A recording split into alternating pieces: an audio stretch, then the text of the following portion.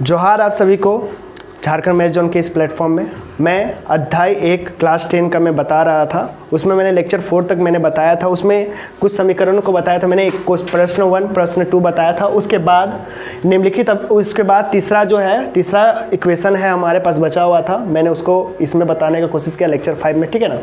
तो इसमें क्या था कि निम्नलिखित अभिक्रियाओं के लिए उनकी अवस्था के संकेतों के साथ संतुलित करें, तो उसके अवस्था के साथ कीजिए। तो इसमें लिखा गया था बेरियम क्लोराइड का जलीय विलयन।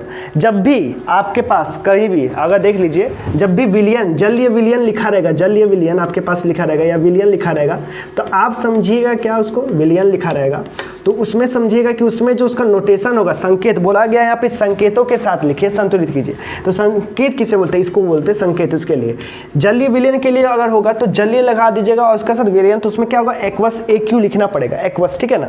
तो इससे क्या हो जाएगा कि आपको दिखाने में आसानी पड़ेगा, ठीक है। तो इसमें बोला गया था बेरियम क्लोराइड का जलीय विलयन होगा और सोडियम क्लोराइड का, सोडियम सल्फेट का भी आपका क्या होगा, जलीय विलयन होगा, ठीक है ना।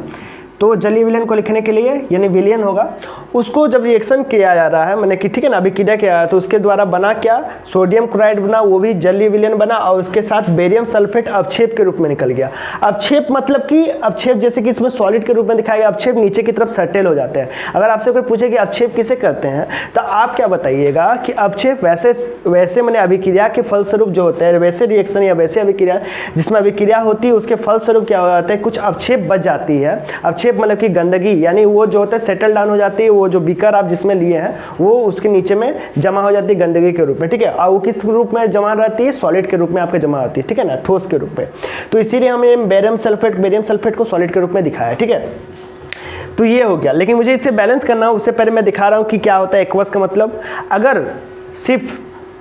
अगर उसी लिक्विड के रूप में रहेगा, वो मैंने कि लिक्विड अवस्था में रहेगा, ठीक है, द्रव्य अवस्था में रहेगा, तो उसके लिए नोटेशन क्या होगा, अगर वो अपना लिक्विड अवस्था में रहेगा तो उसके लिए नोटेशन क्या रहेगा, L रहेगा, ठीक है ना, L। और वही अगर ठोस की अवस्था में रहेगा तो उसके लिए क्या करना पड़ेगा, S लिखना पड़ेगा। वही अगर गैस में रहेगा तो उसके लिए मुझे गैस G दिखाना पड़ेगा, गैस मतलब गैस ही होता है, ठीक है ना। तो वो गैस, इस सब के लिए नोटेशन होता है, नोटेशन मतलब कि संकेत होता है। तो वो अगर आपको बैलेंस करने के साथ साथ ये लिखा रहे कि संकेतों के साथ आपको क्या करना, समीकरण को बैलेंस करना है, संतुलित करना है, तो उस समय आप क्या कीजिएगा, उसका संतुलित करने के साथ संकेत को भी उसके साथ लिखिएगा, ठीक है ना। समझ में आ गया। तो मैं अब इस इक्वेशन को बैलेंस करूंगा। तो इसमें देखिए सोडियम हाइड्रोक्साइड का एक्वस लिया गया है, मैंने जलीय विलयन है, HCl भी एक्वस लिया गया है। तो उससे क्या, सोडियम क्लोराइड क्या बना, एक्वस बना, और उसके साथ H2O क्या बना, लिक्विड बना। लिक्विड मैंने वो उसी पर द्रव की अवस्था में रहेगा तो उसको लिक्विड बोलेंगे। लेकिन अगर किसी चीज़ को पानी में मिला दे रहे हैं, तो उस तरह का चीज़ को हम लोग क्या बोलेंगे, एक्वस बोलेंगे, ठीक है ना, जलीय विलयन बोलेंगे। ओके, इतना तो क्लियर है। तो मैं इस चीज़ को बैलेंस कर रहा हूँ, इसे मैंने पहले भी बैलेंस कर चुका था, लेकिन फिर से मैंने जब इस हिसाब से भी लिखे तो उसको भी बैलेंस करके दिखाता हूँ। वही कुछ नहीं है, ठीक है ना। यहाँ बेरियम है तो वहाँ बेरियम है, चलिए ठीक है। यहाँ क्लोरीन है, यहाँ 2 क्लोरीन है, वहाँ भी 2 क्लोरीन कर लेते हैं, ठीक है ना, खत्म, एक हटाक। यहाँ 2 सोडियम है, 2 सोडियम यहाँ पे 2 क्लोरीन हो गया, खत्म। सल्फेट यहाँ पे 3 है, तो यहाँ भी हमको सल्फेट को कितना पड़ेगा, 3 करना पड़ेगा, तो हमको यहाँ 3 लिखना पड़ेगा। तो बेरियम कितना हो जाएगा, 3 हो जाएगा, ठीक है ना। हाँ, बेरियम 3 हो जाएगा। मेरे हिसाब से ये गलत होने लग गया, तो फिर इसको क्या करना पड़ेगा, सही करना पड़ेगा। मान के चलिए हम 3 बेरियम यहाँ लगा दे रहे हैं, ठीक है ना। तो 3 बेरियम से 3 बेरियम तो मेरा सेटिस्फाई हो गया, यहाँ से सल्फेट भी सेटिस्फाई हो गया, हाँ सल्फेट भी सेटिस्फाई हो गया, ठीक है। लेकिन अब देखिए यहाँ पर ही बेरियम भी यहाँ पर क्या होता है, सल्फेट सेटिस्फाई हो गया और बेरियम भी सेटिस्फाई हो गया, और सोडियम यहाँ पे Na2 है, यहाँ पे सोडियम 2 है, ठीक है। लेकिन यहाँ पे क्लोरीन क्या होगा, 6 हो गया, लेकिन यहाँ क्लोरीन कितना है, 2 ही है। तब किससे कैसे बैलेंस करा जाएगा, तो ये वाला इक्वेशन क्या हो जाएगा, फिर गलत हो जाएगा। तो मुझे इसको क्या करना पड़ेगा, फिर से इसको बैलेंस करने के लिए फिर से इसको इरेज करना पड़ेगा इस सबको। तो ये आपको साथ प्रॉब्लम आ सकती है, तो आपको फिर से देखना पड़ेगा, क्योंकि एक जगह बैलेंस नहीं होगा तो पूरा बैलेंस करना पड़ता है, ठीक है। तो मुझे बैलेंस करते हैं, इसको इरेज करते हैं, ठीक है। तो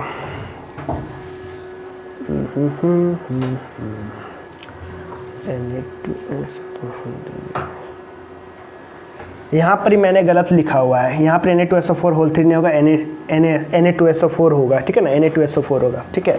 यहाँ गलती था, इसके कारण से मैंने बैलेंस करने में दिक्कत हो रहा था। चलिए, समझ में आ रहा है आप लोगों को।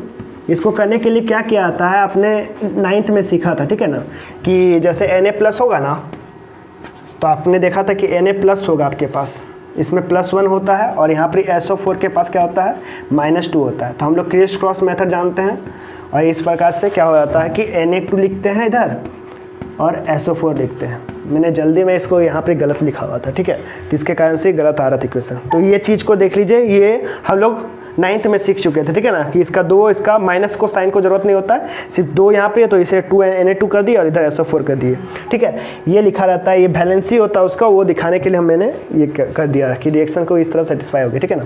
तो ये था, तो फिर इससे इसको लिखिए। चलिए, इससे पता चल गया कि बैलेंस अगर रिएक्शन भी अगर गलत लिखा रहेगा, उसका इक्वेशन भी कंपाउंड का भी, तो भी हम लोग गलत कर सकते हैं। इसलिए देख के कीजिएगा, ठीक है ना, कि किस प्रकार से रिएक्शन को बैलेंस पूरा तरह से, मैंने कि आपको ये सब जानना चाहिए कि किस प्रकार से किया जाता है बैलेंस। ये बैलेंसिंग से हम लोग क्या करते हैं, क्रिस क्रॉस मेथड लगाते हैं और उसके द्वारा बैलेंस करते हैं, ठीक है ना।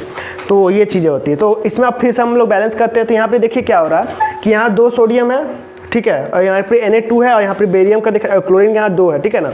तो इसको करते हैं, बेरियम कितना है यहाँ पर 1 है और यहाँ भी बेरियम 1 है और सल्फेट यहाँ पर 1 SO4 है तो यहाँ भी सल्फेट 1 है। यहाँ 2 Na है, यहाँ 2 Cl है। तो यहाँ पर मैं सीधा सीधी कुछ करना नहीं चाहूँगा, बस सिर्फ 2 Na लिख दूँगा, ठीक है। तो ये क्या हो गया, इक्वेशन कैसा हो गया, बैलेंस हो गया। अब इसके बाद दूसरा देखते हैं, ठीक है ना, ये तो बैलेंस हो चुका। अब इसके बाद दूसरा देखते हैं, ये दूसरा नंबर क्वेश्चन को, ठीक है ना, कि इसमें NOH है एक्वस और HCl है। तो देखिए यहाँ पे Na कितना 1 है, वहाँ भी Na 1 है और यहाँ क्लोरीन कितना है, क्लोरीन यहाँ पर 1 है, यहाँ भी क्लोरीन 1 है, ठीक है। तो यहाँ से NOH से यहाँ पे NaCl, मैंने कि यहाँ पे Na 1 है और यहाँ क्लोरीन 1 है, यहाँ भी Na 1 है और क्लोरीन 1 है, तो ये भी बैलेंस हो गया। और यहाँ पे यहाँ पे OH है कितना है, टोटल हाइड्रोजन देखना, तो टोटल हाइड्रोजन कितना है, यहाँ 2 है, तो वहाँ भी टोटल हाइड्रोजन 2 है, ऑक्सीजन 1 है, इधर भी ऑक्सीजन कितना है, 1 है। तो ये इक्वेशन तो बैलेंस है, इसको कुछ करना नहीं पड़ा। मैं इसलिए इस सबको अच्छा से बता रहा हूँ क्योंकि ये आपको अभी भी तो काम आएगा, इसके बाद आपके भविष्य में 11th में अगर साइंस लीजिएगा तो भी काम आएगा, क्योंकि बहुत से बच्चे को ये सब पता नहीं चलता कि किस प्रकार से इक्वेशन बैलेंस होता है, ठीक है। तो ये चीज़ें अभी से आप लोग जानिएगा तो जाके बहुत फायदा होगा, नहीं तो फिर बाद में चल के आप लोग बहुत पछताइएगा, वो उसके बाद फिर से आपको यही वीडियो सब देखना पड़ेगा जब 11th जाइएगा तो, ठीक है ना। तो इसलिए हमेशा हर जगह में मैं हिंदी और इंग्लिश का दोनों का उपयोग करूँगा, क्योंकि बाद में आपको इंग्लिश ही में लेना पड़ेगा ना सब कुछ, तो ये सब जरूरी होता है। तो ये आपने लिख लिया, ठीक है। इसके बाद मैं और भी मैं बताने जाऊँगा, और भी मैं इसके बाद दूसरा लेक्चर जो होगा इसका 6th लेक्चर होगा, उसमें मैं इसके बाद और आगे बढ़ाऊँगा, अब इसके साथ पढ़ाने लगूँगा, ठीक है ना। तो अभी तक के लिए मैंने इक्वेशन जितने प्रश्न थे मैंने कंप्लीट करा दिया, अभी तक जितना आया, जितना तरह के प्रश्न आए। इसके बाद जो प्रश्न आएंगे मैं अगले लेक्चर में बताऊंगा, ठीक है। प्रश्न या पढ़ाना होगा उसको मैं अगले लेक्चर में बताऊंगा, ठीक है। उस तक तब तक के लिए बने रहिए झारखंड मैथ जोन में, ठीक है। Thank you.